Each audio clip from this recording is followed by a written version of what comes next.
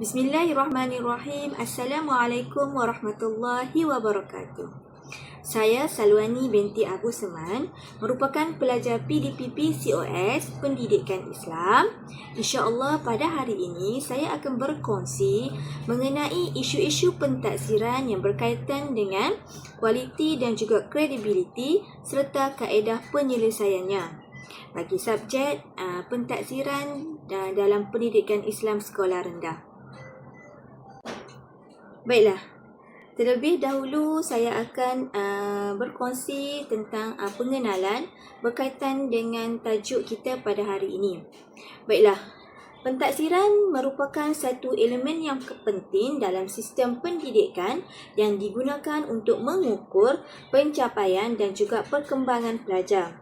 Kualiti dan juga kredibiliti pentaksiran itu sangat penting bagi memastikan keputusan yang diperoleh adalah sahih, adil dan juga boleh dipercayai. Walau bagaimanapun, terdapat pelbagai isu dan juga cabaran yang dihadapi dalam pentaksiran yang boleh menjejaskan keberkesanan dan juga keadilannya.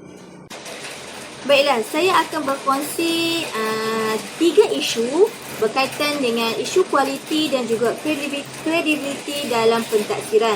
Isu yang pertama, ketidaktepatan dalam pengukuran. Isu yang kedua, ketidakkonsistenan dalam pemakahan. Dan isu yang ketiga iaitu isu ketelusan dan juga kepercayaan. Baiklah, bagi isu yang pertama iaitu ketidaktepatan dalam pengukuran. Ianya merujuk kepada keadaan di mana keputusan yang diperoleh daripada pentaksiran itu tidak benar-benar mencerminkan keupayaan sebenar pelajar.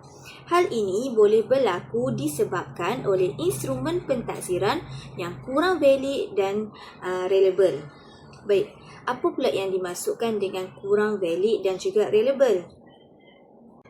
Baiklah, kurang valid bermaksud merujuk kepada sejauh mana sesuatu instrumen pentaksiran dapat mengukur apa yang sepatutnya diukur. Sekiranya sesuatu ujian atau penilaian tidak valid, keputusan yang diperoleh tidak akan menggambarkan keupayaan sebenar pelajar. Reliability pula merujuk kepada sejauh mana sesuatu instrumen pentaksiran memberikan keputusan yang konsisten apabila digunakan berulang kali dalam keadaan yang sama. Instrumen yang kurang relevan boleh menyebabkan keputusan yang berubah-ubah, sekaligus menjejaskan kepercayaan sebenar terhadap penilaian tersebut. Sebagai contohnya, dalam mata pelajaran pendidikan Islam, jika pentaksiran hanya menilai hafalan ayat tanpa menguji kefahaman pelajar mengenai makna dan juga aplikasi ayat tersebut dalam kehidupan seharian, keputusan yang diperoleh mungkin tidak menggambarkan tahap sebenar kefahaman pelajar terhadap ajaran Islam. Selain itu, jika ujian hanya memberi tumpuan kepada aspek teori seperti rukun solat dan tidak menguji aspek praktikal seperti bacaan dalam solat yang betul atau pelaksanaan wuduk, maka pentaksiran tersebut kurang tepat dalam menilai keupayaan sebenar pelajar dalam mengamalkan ajaran Islam. Seterusnya, bagi isu yang kedua iaitu ketidakkonsisten dalam permakahan. Yang ini merujuk kepada situasi di mana penilaian terhadap jawapan pelajar berbeza bergantung kepada siapa yang menanda ataupun yang menilai jawapan tersebut. Perkara ini sering berlaku apabila terdapat perbezaan dalam standard pemakahan antara guru yang boleh menjejaskan kredibiliti pentaksiran serta keadilan dalam sistem penilaian. Dalam mata pelajaran pendidikan Islam, guru yang berbeza mungkin mempunyai interpretasi berbeza terhadap jawapan pelajar, terutamanya dalam soalan berbentuk subjektif seperti esei berkaitan konsep akidah ataupun tafsiran ayat Al-Quran. Selain itu, terdapat contoh dalam pentaksiran subjek sirah, seorang guru mungkin memberi markah yang tinggi kepada pelajar yang menulis secara terperinci mengenai peristiwa tertentu dalam kehidupan Rasulullah SAW. Sementara guru yang lain mungkin lebih menekankan aspek pengajaran dan juga nilai yang boleh diambil daripada peristiwa tersebut. Seterusnya bagi isu yang ketiga, iaitu isu ketelusan dan juga kepercayaan. Kaedah pentaksiran ini memberikan fleksibiliti dalam menilai pelajar. Namun, terdapat kebimbangan mengenai ketelusan dalam pelaksanaannya. Pelajar dan ibu bapa kadang-kala meragui ketepatan markah yang diberikan. Penilaian yang lebih holistik dan boleh menyebabkan perbezaan dalam cara memberikan markah antara guru dan sekolah yang berbeza. Jika tiada standard pemarkahan yang jelas dan juga seragam, ia boleh menimbulkan persoalan tentang keadilan dan juga ketelusan dalam pemberian markah. Dalam konteks pendidikan Islam, sebagai contoh, seorang pelajar mungkin menerima markah rendah dalam ujian hafazan tanpa mengetahui kesalahan yang spesifik yang dilakukan. Jika guru tidak memberikan maklum balas yang jelas, seperti kesalahan dalam sebutan tajwid atau kelancaran bacaan, pelajar akan sukar memperbaiki kelemahan mereka. Begitu juga dalam pentaksiran amali seperti bacaan doa atau pelaksanaan solat. Jika penilaian dilakukan secara subjektif tanpa kriteria yang jelas, pelajar mungkin merasa keputusan tidak adil dan meragui kredibiliti sistem pentaksiran. Kekurangan maklum balas yang konstruktif boleh mengurangkan keyakinan pelajar terhadap sistem pentaksiran.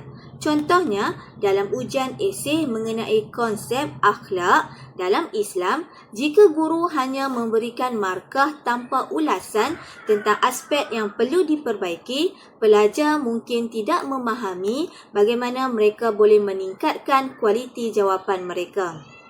Untuk memastikan ketelusan dalam pentaksiran pendidikan Islam, guru perlu menyediakan rubrik pemarkahan yang jelas dan memberi maklum balas yang spesifik kepada pelajar seperti mencadangkan ayat Al-Quran yang boleh digunakan dalam jawapan atau menegaskan aspek-aspek yang penting dalam penulisan esei berkaitan dengan konsep Islam. Sekarang saya akan berkongsi berkaitan dengan cabaran dalam menangani isu-isu pentaksiran. Baik, terdapat 4 cabaran dalam menangani isu-isu pentaksiran ini. Yang pertama, kesukaran dalam menghasilkan instrumen pentaksiran yang benar-benar mengukur kemahiran dan pengetahuan pelajar secara holistik. Yang kedua, keterbatasan latihan kepada guru dalam membangunkan pentaksiran yang berkualiti dan juga berkredibiliti.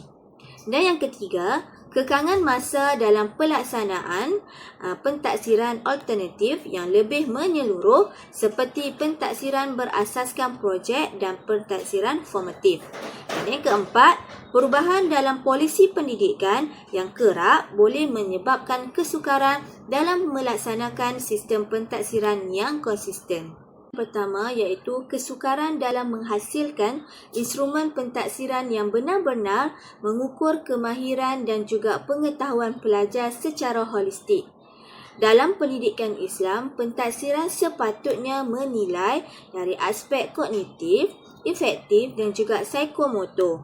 Namun, ramai guru yang hanya menilai aspek kognitif saja, iaitu melalui ujian bertulis ataupun kuis dan sukar menghasilkan instrumen yang menilai keseluruhan kemahiran secara menyeluruh.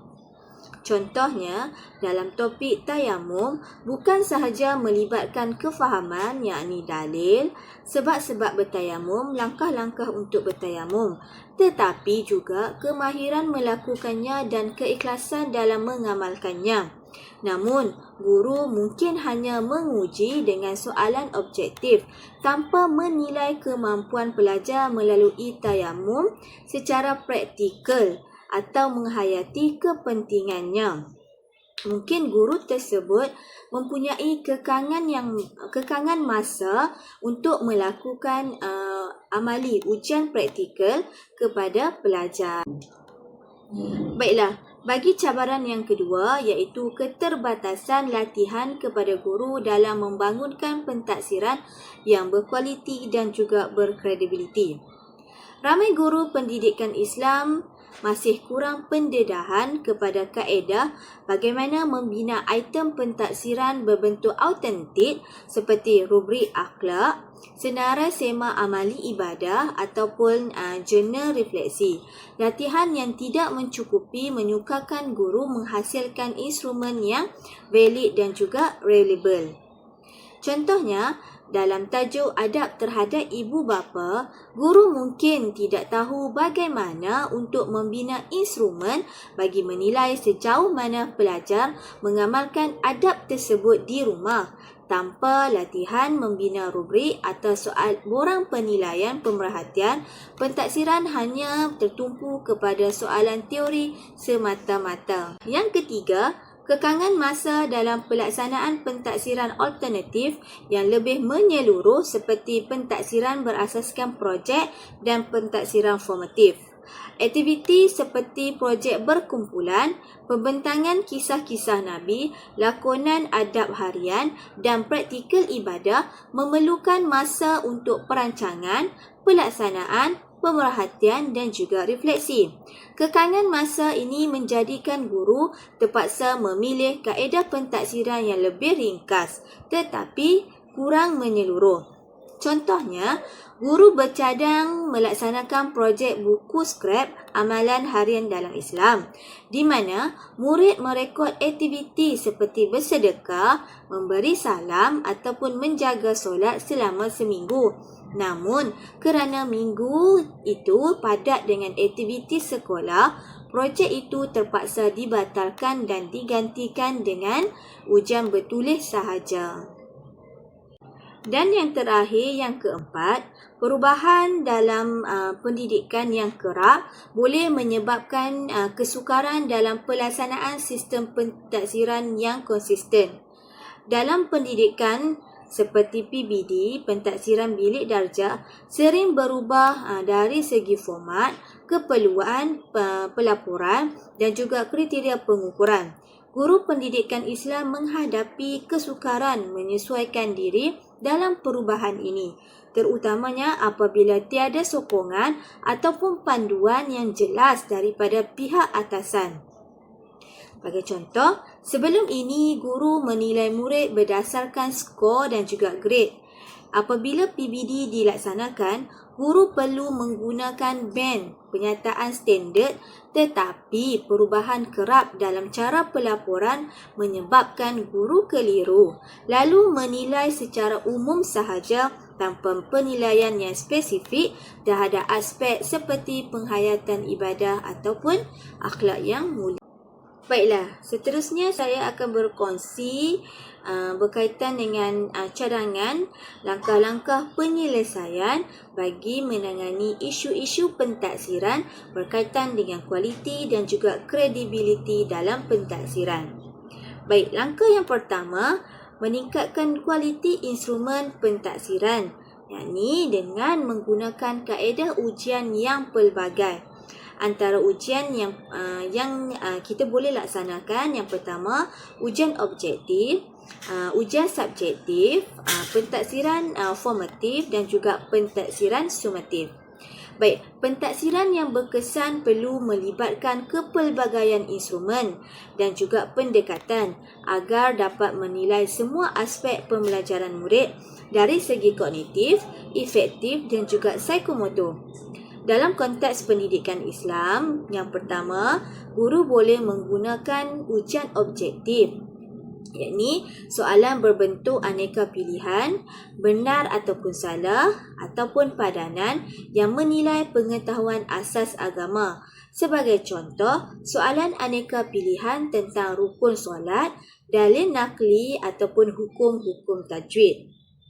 Baik, yang kedua, soalan ujian objektif, yakni soalan yang memerlukan pelajar menghurai ataupun menjelaskan sesuai untuk menilai kefahaman mendalam dan juga kemahiran berfikir aras tinggi.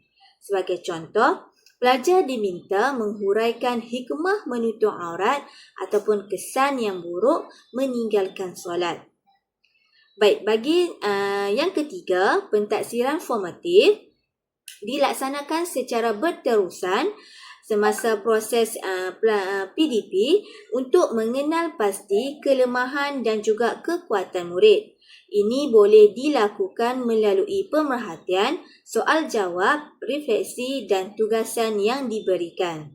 Contohnya, semasa mengajar tajuk adab menuntut ilmu, guru menilai melalui aktiviti main peranan, refleksi kendiri ataupun perbincangan kumpulan tentang sikap murid terhadap guru dan juga rakan.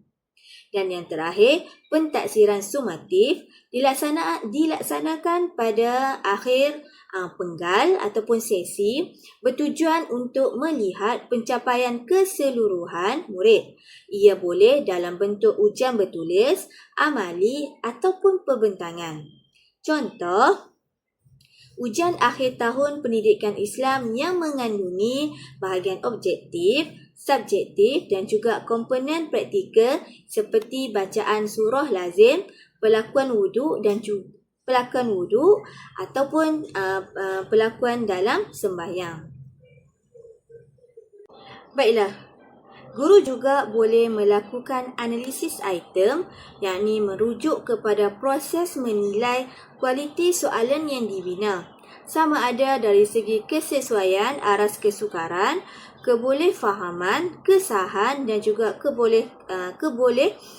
percayaan. Tujuan untuk menganalisis item ini adalah yang pertama, untuk mengesan sama ada soalan itu terlalu mudah ataupun terlalu sukar. Yang kedua, mengenal pasti sama ada item dapat membezakan pelajar cemerlang dengan juga pelajar yang lemah. Dan yang ketiga, memastikan soalan menepati objektif pembelajaran. Contohnya, dalam pendidikan Islam, guru membina satu set soalan ujian pertengahan tahun. Setelah ujian dijalankan, guru mendapati soalan nombor 5 tentang syarat sah solat dijawab betul oleh hampir semua pelajar. Mungkin soalan ini terlalu mudah. Contoh, soalan nombor 8, huraikan peranan iman dalam kehidupan. Hanya dijawab dengan baik oleh pelajar cemerlang. Ini menunjukkan item itu membezakan aras kemampuan dan juga aras kesukaran. Dari sini, guru boleh memperbaiki item dan juga menyesuaikan arahan ataupun aras kesukaran untuk kegunaan pada masa akan datang. Baiklah, bagi cadangan langkah yang kedua, iaitu memastikan konsistensi permakahan. Konsistensi permakahan ini amat penting dalam memastikan keputusan pentaksiran adalah adil, telus dan juga boleh dipercayai. Dua langkah utama yang boleh diambil iaitu yang pertama, menyediakan rubrik permakahan yang jelas dan terperinci.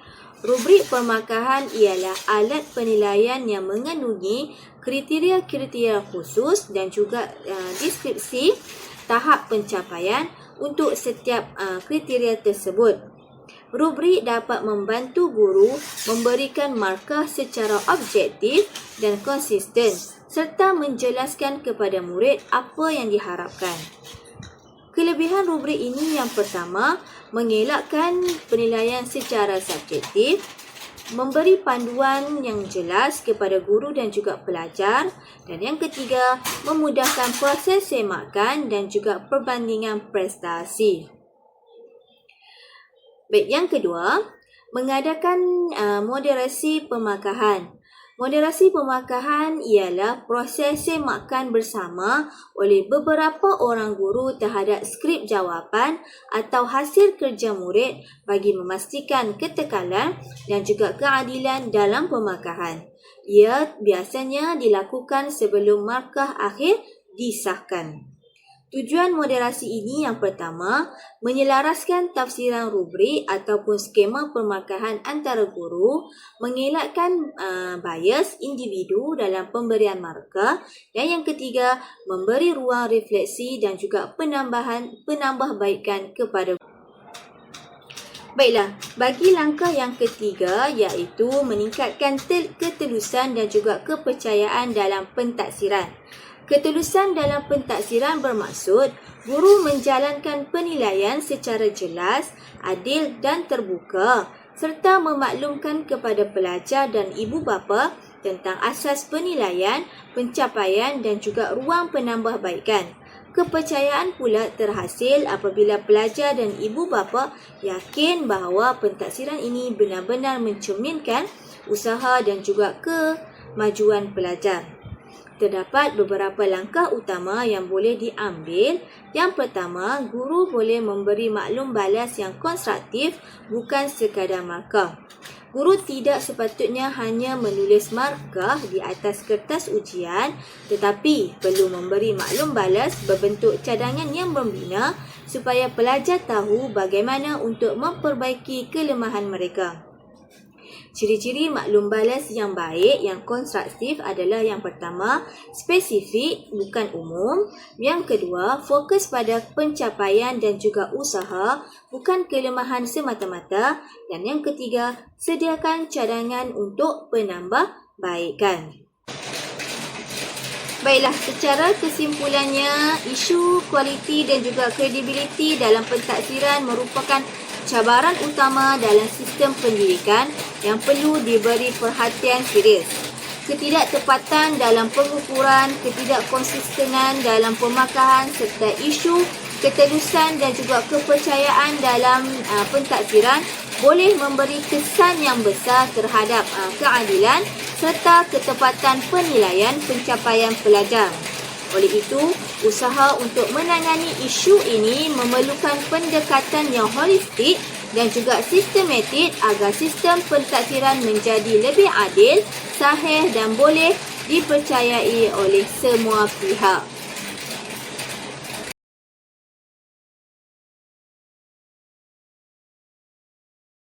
Okay.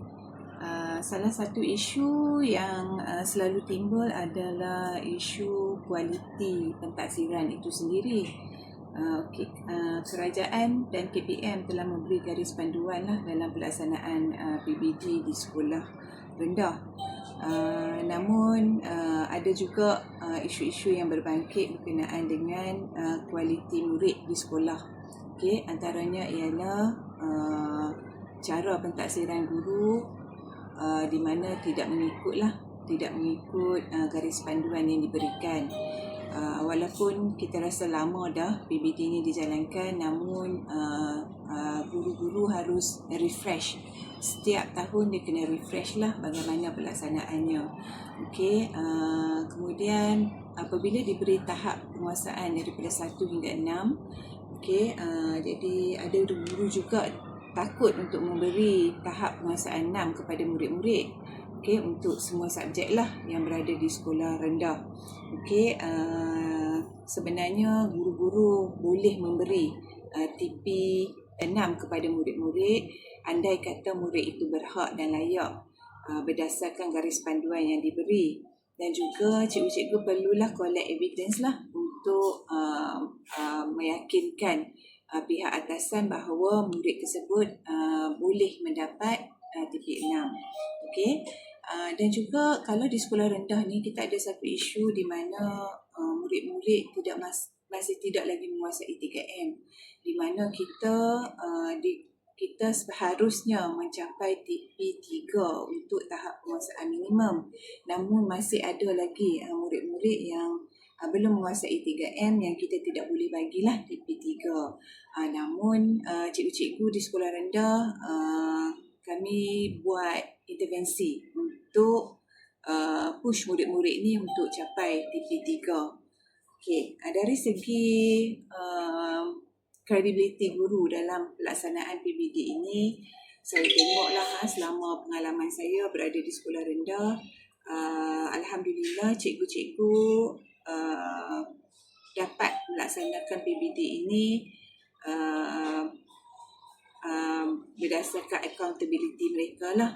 Okay, kerana mereka selalu merujuk SOP dan juga DSKP yang diberikan mengikut subjek.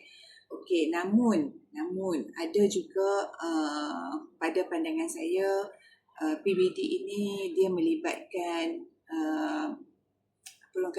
dia melibatkan contoh seorang guru tu tidak sama dengan guru lain dalam pemberian TP. Okay, cara aksesnya, cara pentaksirannya adalah berbeza. Okay, jadi kadang-kadang kita akan membuat perbandingan di antara satu kelas dan kelas yang lain. So di situ kita akan nampak jurang. Namun kita ada proses 4P iaitu 4P kualiti, iaitu pementoran, pengesanan, kita buat pemantauan dan juga kita buat pelarasan. Melalui proses 4P itu, guru-guru dapat menilai seorang murid itu berdasarkan semua subjek. So, guru-guru bolehlah menggunakan proses 4P itu dalam meningkatkan credibility mereka dalam pelaksanaan PBD. Okay, itu saja pandangan saya. InsyaAllah.